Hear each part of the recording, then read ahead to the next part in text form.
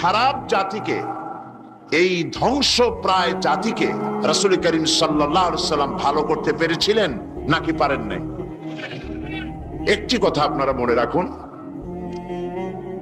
মানুষের জীবনে মায়ের পেট থেকে যখন পৃথিবীতে আসে তখন তার শৈশবকাল, তার থেকে আসে কৈশোর, কৈশোর থেকে এসে তারুণ্য, এরপরে আসে যৌবন, তারপরে আসে বার্ধক্য। একবার বার্ধক্য এসে গেলে আর কখনো যৌবনে ফিরে যাওয়া, আর যৌবন কালে এসে গেলে আর কখনো তারুণ্যে অথবা কৈশোরে ফিরে যাওয়া, কৈশোরে এলে পরে শৈশবে আর ফিরে যাওয়া, এটা শুধু মানুষের ব্যাপারে প্রযোজ্য। খুব লক্ষ্য করুন, এটা শুধুমাত্র মানুষের জন্য প্রযোজ্য, সৃষ্টির প্রাণী জগতের জন্য এটা প্রযোজ্য যে যৌবন থেকে বার্ধক্যে গেলে আর যৌবনে ফিরে যাওয়া যায় না। কিন্তু এই কথা একটা জাতির ব্যাপারে প্রযোজ্য নয়। একটা জাতি যখন অনৈতিকতা, চরিত্রহীনতা, ধ্বংসের প্রান্ত সীমায় এসে দাঁড়ায়, তখন ওই মরণ উন্মুখ, বিস্ফোরণ উন্মুখ মরে যাওয়া জাতিকে আবার তার যৌবনে ফিরিয়ে দেওয়া যায়। তার প্রমাণ রাসূল করিম সাল্লাল্লাহু আলাইহি ওয়াসাল্লাম মরা জাতিকে জিন্দা করে দিয়েছিলেন। সেই আরবের মরা জাতি জেনা, ব্যভিচার, হত্যা, ধর্ষণ, মিথ্যা ইত্যাদিতে ভরপুর ছিল যে সমাজ, এই সমাজটাকে রাসূল করিম সাল্লাল্লাহু আলাইহি ওয়াসাল্লাম অনৈতিকতার, চরিত্রহীনতায় ধ্বংসপ্রাপ্ত জাতিকে রাসূল করিম সাল্লাল্লাহু আলাইহি ওয়াসাল্লাম বিশ্বের শ্রেষ্ঠ জাতিতে পরিণত করতে পেরেছিলেন নাকি পারেন নাই? কি দিয়ে পেরেছিলেন বলুন তো এবার? এই কোরআন দিয়েই একটি জাতির বিরাট পরিবর্তন আনয়ন করেছিলেন মুহাম্মদ রাসূলুল্লাহ সাল্লাল্লাহু আলাইহি ওয়াসাল্লাম। দেখুন, স্কুল, কলেজ, ইউনিভার্সিটি, মাদ্রাসাগুলিতে পরীক্ষা হয়, লেখাপড়া হয়, এবং প্রত্যেকটি ক্লাসে অনেকগুলি সাবজেক্ট থাকে, সিলেবাসের অনেক বই থাকে। এই অনেকগুলি বই, সাবজেক্ট ইত্যাদির উপরে পরীক্ষা দিয়ে আমরা কি পাই? প্রোডাকশন কি হয়? চরিত্রহীন, দুশ্চরিত্র, বেনামাজি, হত্যা, ধর্ষণ, চুরি, ডাকাতি ইত্যাদি বৃদ্ধিপ্রাপ্ত হচ্ছে সারা বিশ্বব্যাপী, ঠিক কিনা? এবার দৃশ্যের অপর পৃষ্ঠ দেখুন, রাসূল করিম সাল্লাল্লাহু আলাইহি ওয়াসাল্লামের কাছে একটা বিশ্ববিদ্যালয় ছিল। আজকে যেমন পৃথিবীতে অনেক বিশ্ববিদ্যালয় আছে, রাসূলের কাছেও একটা ইউনিভার্সিটি ছিল। সেই ইউনিভার্সিটির নাম হলো আল হেরা ইউনিভার্সিটি। এই আল হেরা ইউনিভার্সিটির চ্যান্সেলর ছিলেন আল্লাহ রাব্বুল আলামিন, আর এর ভাইস চ্যান্সেলর হলেন মুহাম্মদুর রাসূলুল্লাহ সাল্লাল্লাহু আলাইহি ওয়াসাল্লাম। এই বিশ্ববিদ্যালয়ে যে সব ছাত্ররা তৈরি হয়েছিলেন, সেই সব ছাত্রদেরকে আপনারা কি চেনেন? সেসব ছাত্রদের নাম শুনুন। এই বিশ্ববিদ্যালয় থেকে যে সব ছাত্ররা বেরোলেন, তারা হলেন আবু বকর, ওমর, ওসমান, আলী, আমর ইবনুল আস, আব্দুর রহমান বিন আউফ, আবু উবাইদা ইবনুল জাররাহ, জুবাইর ইবনুল আওয়াম, জারির ইবনে বাজালি, আবু মুসা আশআরি, আবু হুরায়রা, আবু জাফর গিফারি, আবু যার গিফারি রিদওয়ানুল্লাহ তাআলা আলাইহিম আজমাইন। এই সব ছাত্র ওই বিশ্ববিদ্যালয় থেকে তৈরি হয়েছিল। আজ যদি পৃথিবীর সমস্ত বিশ্ববিদ্যালয় একত্রিত হয়ে প্রচেষ্টা চালায়, হযরত ওমরের মতো একজন মানুষ বানাতে পারবে কি? তাহলে রাসূল করিম সাল্লাল্লাহু আলাইহি ওয়াসাল্লাম তার ওই বিশ্ববিদ্যালয়ের সিলেবাসে বই ছিল মাত্র 2খানা। রাসূলের বিশ্ববিদ্যালয় সিলেবাসের কিতাব ছিল কয়খান? একখানা হলো কোরআন শরীফ, আর একখানার নাম আপনারা বলুন। মাশাআল্লাহ, একখানা হলো কোরআন, আর একখানার নাম হাদিস। কোরআন আর হাদিস দিয়ে রাসূল করিম সাল্লাল্লাহু আলাইহি ওয়াসাল্লাম সিলেবাসের মাত্র 2খানা বই দিয়ে গোটা বিশ্বের মানব মণ্ডলীর বিরাট তাদের মস্তিষ্ক এবং চিন্তার জগতে আলোড়ন সৃষ্টি করেছিলেন। রাসূল যে সমাজ তৈরি করেছিলেন, ওই সমাজ পৃথিবীর মানুষের কাছে আর ফিরে আসে নাই। তবে হ্যাঁ, আসতে পারে, যেহেতু সিলেবাসের সে 2খানা কিতাব আজও আছে। না নাই? রাসূলুল্লাহ বলেছেন, খায়রুল কুরুনে কারনি, সর্বশ্রেষ্ঠ যুগ হচ্ছে আমার যুগ। সর্বশ্রেষ্ঠ যুগ কার? রাসূলের যুগ। কেউ যদি প্রশ্ন করে যে কোরআনের মূল টার্গেট কি, কি জিনিসের দাওয়াত মানুষের সামনে কোরআন পেশ করেছে, তাহলে বলতে হয় যে দাওয়াতটা দিয়েছে সর্বপ্রথম, সে দাওয়াতের নাম হচ্ছে ঈমান। তো আমি এখন যে জিস্ট সাংবাদিক ভাইদের জন্য বলতে চাই সেটা হলো এই, যে মুমিন ব্যক্তির নিকট ইসলামের সর্বপ্রথম দাবি হচ্ছে ঈমান। আর এই ঈমান আল্লাহ এবং তার রাসূলের পেশকৃত কতগুলি বিষয়ের প্রতি নিঃশর্ত বিশ্বাসের নাম হচ্ছে ঈমান। শুধু নামাজ, রোজা এবং উমরা পালনের মাধ্যমে ঈমানের দাবি পূরণ হয় না। জীবনের সকল দিক এবং বিভাগে আল্লাহ এবং রাসূলের পূর্ণাঙ্গ নিঃশর্ত আনুগত্যই ঈমানের দাবি। এর বিপরীত আচরণের নাম মুনাফিকি বা কুফরি। আমাদের দেশে দুর্ভাগ্যজনকভাবে, অত্যন্ত দুর্ভাগ্যজনকভাবে রাষ্ট্রীয় পৃষ্ঠপোষকতায় ঈমানের বিপরীত কার্যক্রম শুরু হয়েছে। যেমন আগুনকে সম্মান প্রদর্শন করা, ভাস্কর্যের নামে যত্রতত্র মূর্তি নির্মাণ করা, মানুষের প্রতিকৃতি ছবি স্থাপন এবং তাতে মাল্যদান করে মাথা নিচু করে সম্মান প্রদর্শন করা, কপালে তিলক পরা, হিন্দুয়ানি কায়দায় বর্ষবরণ করা, বসন্ত মেলা, পৌষ মেলা, ভালোবাসা দিবসের নামে বেহায়াপনা, মঙ্গল প্রদীপ জ্বালানো ইত্যাদি বাঙালি সংস্কৃতির নামে যা কিছুই করা হচ্ছে তার অধিকাংশই দ্বীন এবং ঈমানের সাথে আদৌ সঙ্গতিপূর্ণ নয়। আমরা লক্ষ্য করেছি দেশে যেটা হচ্ছে সেটা হচ্ছে হজ এবং উমরার নামে আমাদের নেতৃবৃন্দ এবং সরকারের উচ্চ পর্যায়ের ব্যক্তিবর্গ হজ এবং উমরার নামে মক্কা মদিনা গমন করেন, কিন্তু দাদা বাবুদেরকে খুশি করার জন্য গয়া, কাশী বা শান্তিনিকেতন থেকে সংস্কৃতি আমদানি করেন। এটা আর যাই হোক, এর নাম মুসলমানি নয়, এর নাম হচ্ছে সুস্পষ্ট মুনাফিকি। এখন অবস্থা দৃষ্টে যা আমরা দেখতে পাচ্ছি তা হলো এই, ধর্মনিরপেক্ষতার নামে ইসলামের ইতিহাস, ঐতিহ্য, সংস্কৃতি চিরতরে মুছে ফেলার জন্য মারাত্মক ষড়যন্ত্র চলছে। আরেকটি বিষয় হলো, দেশে জনগণের নিকট তাওহীদের ধারণা স্পষ্ট না থাকার কারণে শিরক আর বেদাত মারাত্মক আকার ধারণ করেছে। সওয়াবের নিয়তেই লোকেরা অজ্ঞতাবশত শিরক করছে, পীর পূজা, মাজার পূজা, আস্তানা পূজা করে মানুষ তাদের ঈমান নষ্ট করছে। অন্যদিকে সাধারণ মানুষের অজ্ঞতার সুযোগ নিয়ে স্বার্থান্বেষী মতলববাজ কিছু লোক নিজেদেরকে অলি সম্রাট, সুফি সম্রাট, হুসনাক সম্রাট ইত্যাদি দাবি করে ইসলামের বিকৃত ব্যাখ্যা দিয়ে জনগণকে বিভ্রান্ত করছে। তাসাউফের মতো মহান এবং পবিত্র বিষয়টিকে ব্যবসার হাতিয়ার বানিয়ে ওরস শরীফ, গোসল শরীফ, নরস শরীফ, খসরস শরীফ এর নামে কুল্লু শরীফ করে মুসলমানদেরকে বিভ্রান্ত করছে। এমত অবস্থায় প্রত্যেক মুসলমান নরনারীকে ইসলামের সর্বপ্রধান এবং সর্বপ্রথম দাবি ঈমানকে কোরআন এবং হাদিসের আলোকে বুঝে নিতে হবে এবং এর দাবি পঙ্খু রূপে মুসলমানদের মেনে চলতে হবে। এই হলো আজকের বক্তৃতার সারাংশ আমি সাংবাদিক ভাইদের জন্য তুলে ধরলাম। কোরআনে কারীমের মূল দাওয়াত হচ্ছে ঈমান। সেই কথাটি কোরআনে কারীম থেকে আল্লাহ পাক বলছেন।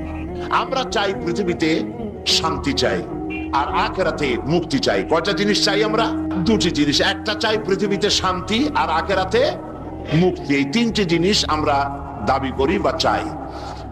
এখন এই শান্তি, দুনিয়ার শান্তি এবং আখিরাতের মুক্তি কিভাবে হবে সেজন্য আল্লাহ পাক বলছেন, ইয়া আইয়ুহাল্লাযীনা আমানু হাল আদুল্লুকুম আলা তিজারাতিন তুনজিকুম মিন আযাবিন আলীম تؤمنون بالله ورسوله وتجاهدون في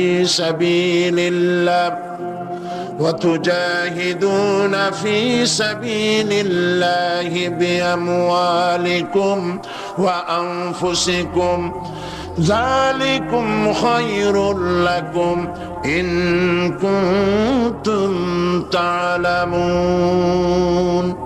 সাদাকাল্লাহুল আযীম। আল্লাহ পাক বলছেন সূরা আস-সাফ, হে বিশ্বাসীরা, তোমরা যারা ঈমান এনেছো শোনো, আমি কি তোমাদেরকে এমন একটা ব্যবসার কথা বলবো না যে ব্যবসায় তোমাদেরকে জাহান্নামের কঠিন পীড়াদায়ক শাস্তি থেকে রক্ষা করবে?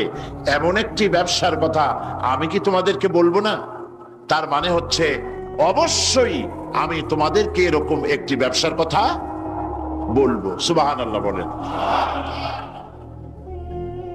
কিভাবে চললে পরে জাহান্নাম থেকে মুক্তি পাওয়া যাবে সে কথাটি আল্লাহ পাক গোপন রাখেননি, ওপেন সিক্রেট। তিনি তো বান্দাদেরকে এজন্য সৃষ্টি করেন নাই যে বান্দাগুলি তিনি সব জাহান্নামে দিবেন। তিনি তৈরি করেছেন মানুষকে হেদায়েত যেন তারা পায়, সেই জন্য আল্লাহ পাক তাকে জ্ঞান দিয়েছেন, নবী দিয়েছেন, কিতাব দিয়েছেন। আল্লাহ পাক বলছেন আমি অবশ্যই এমন একটা ব্যবসার কথা তোমাদেরকে বলবো। সেই ব্যবসাটা কি? সেই ব্যবসাটা হচ্ছে, সেই ব্যবসার জন্য তিনটা পুঁজি লাগবে। কয়টা পুঁজি? একটা হচ্ছে ঈমান বিল্লাহ, আল্লাহর প্রতি ঈমান। আরেকটা হচ্ছে রাসূলের প্রতি ঈমান। আরেকটা হচ্ছে আল্লাহর রাস্তায় জিহাদ করা, মাল দিয়ে আর জান দিয়ে। এই তিনটি জিনিস। ঈমান আনা ফরজ। ঈমান আনা কি?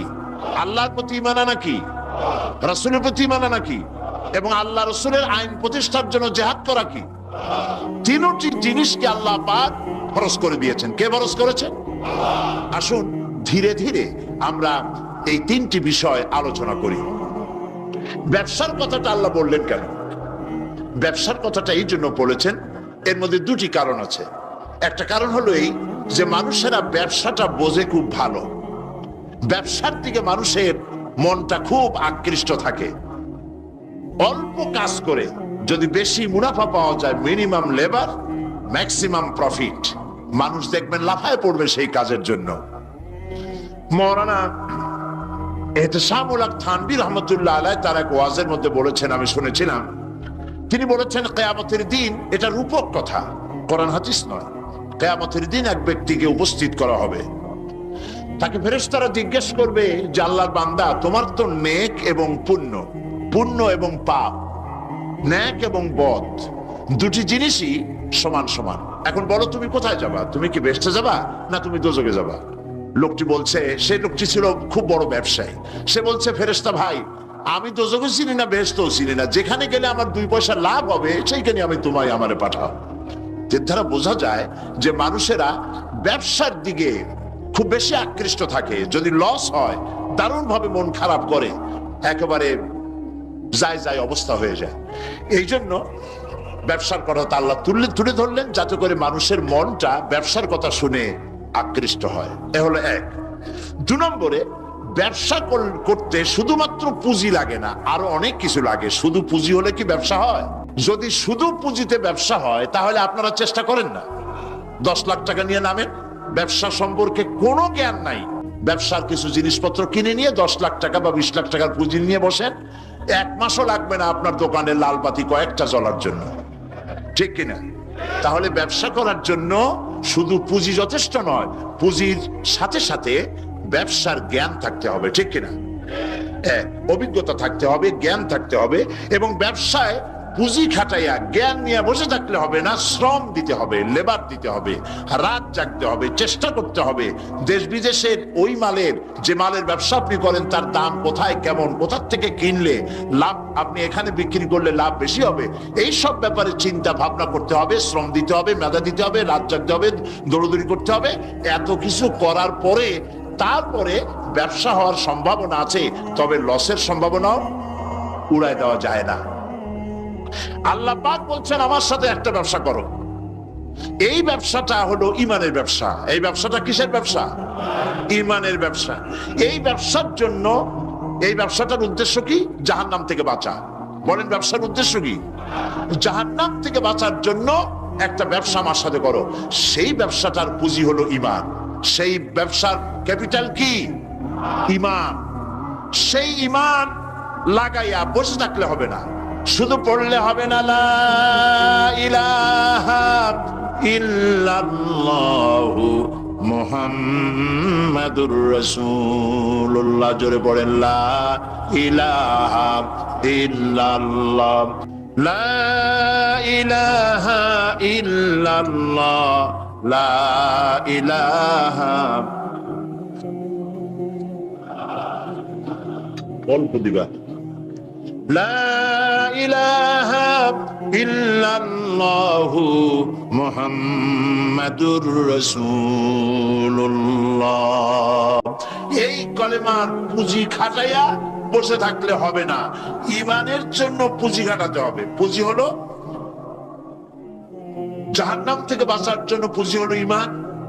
সেই ঈমান খাটাইয়া কলেমা পড়ে বসে থাকলে হবে না, শ্রম দিতে হবে, চিন্তা করতে হবে, রাত জাগতে হবে। যার উপরে ঈমান এনেছেন তার উপরে ঈমান আনার কারণে যদি অত্যাচার আসে সহ্য করতে হবে, বরদাস্ত করতে হবে। এরকম নয় ঈমান এনেছি এই কথা বলবেন আহাসিবান নাসু আইয়ুতরাকু আইয়াকুলু আমান্না ওয়া হুম লা ইফতানুন। আল্লাহ রাব্বুল আলামিন বলেছেন, লোকেরা কি একথা ভেবেছে ঈমান এনেছি এই কথা বলার সঙ্গে সঙ্গে বিনা পরীক্ষায় আমি তাদেরকে জান্নাত দেব, এটা কি মনে করেছেন, মনে করে নিয়েছে নাকি? ওয়া হুম লা ইফতানুন, তাদেরকে পরীক্ষা করা হবে না, অবশ্যই পরীক্ষা করা হবে। শুধু ঈমান এনেছে এই পুঁজি খাটালে হবে না, পরীক্ষা দিতে হবে, কষ্ট করতে হবে, মার খাইতে হবে, জেলে যেতে হবে, পরিশ্রম করতে হবে। এই ময়দানই হচ্ছে উত্তপ্ত ময়দান। এই ময়দান কি ময়দান? এটা কুসুমাস্তীর্ণ নয়, এটা কণ্টকাকীর্ণ ময়দান। সুতরাং আল্লাহ পাক বলছেন পরীক্ষা দিতে হবে। এই ঈমান আনলে পরে ঈমানের পুঁজি খাটাইয়া, তুমি যেমন ব্যবসার পুঁজি দিয়া চুপ করে বসে থাকলে যেমন ব্যবসা হয় না, এখানেও ব্যবসা হবে না কলেমা পড়িয়া। শুধু কলেমা পড়তে হবে, বিশ্বাস করতে হবে, এটার জন্য কাজ করতে হবে এবং কালেমা ভিত্তিক শাসন প্রতিষ্ঠার জন্য আন্দোলন করতে হবে, ময়দানে থাকতে হবে। আর এই কাজগুলি করলে পরে তখন আল্লাহ রাব্বুল আলামিন রাজি হবেন, খুশি হবেন, এর পূর্বে নয়। তবে দুনিয়ার ব্যবসা করতে গেলে সেই ব্যবসায় লাভও আছে, নোকসানও আছে। আল্লাহ রাব্বুল আলামিন বলেন, আমার সঙ্গে যে ব্যবসাটা করবে ওই ব্যবসাটা হচ্ছে, আমার সাথে যে ব্যবসা করবে এই ব্যবসায় নোকসানের কোন সম্ভাবনা নাই, কোন লস নাই। বাঁচলেও লাভ, জেলে গেলেও লাভ, ফাঁসির মঞ্চে চললেও লাভ, মরে গেলেও লাভ, মার খাইলেও লাভ। এটা সব জায়গায় লাভ আর লাভ। সুবহানাল্লাহ বলতে ইচ্ছে করে না? কারণ তুমি মার খাচ্ছ কার জন্যে? জেনে যাচ্ছ কার জন্যে? ফাঁসির মঞ্চে চড়ছ কার জন্যে? সুতরাং তোমার তো কোনো দুঃখ থাকার কথা নয়, তোমার তো কোনো চিন্তা থাকার কথা নয়। আমাকে তো আমার আল্লাহ শিখেই দিছেন কি, কুল ইন্না সালাতি ওয়া নুসুকি ওয়া মাহইয়ায়া ওয়া মামাতি লিল্লাহি রাব্বিল আলামিন। পড়েন আমার সাথে, আল্লাহ পাক বলেন, বলো নিশ্চয়ই আমার নামাজ, আমার কুরবানি, আমার হায়াত, আমার মওত সবকিছু আল্লাহ রাব্বুল আলামিনের জন্য। কার জন্য? তাহলে মুমিনের কি কোনো দুঃখ থাকার কথা, কোনো কষ্ট থাকার কথা? নিশ্চয়ই নয়। মুমিন সর্বাবস্থায় আল্লাহর উপরে রাজি থাকবে, খাইরিহি ওয়া শাররিহি মিনাল্লাহি তাআলা। আমার উপরে যদি কোনো বিপদ আসে অথবা আমার যদি কোনো সুখ আসে, সবকিছু কার পক্ষ থেকে? হয়রান হওয়ার, পেরেশান হওয়ার কোনো কারণ নাই। আমার জন্য যা হয় তার মধ্যে কল্যাণ আছে, আমি বুঝি না কল্যাণটা কত দূরে, তবে কল্যাণ হবেই হবে ইনশাআল্লাহ। আল্লাহ পাক বলছেন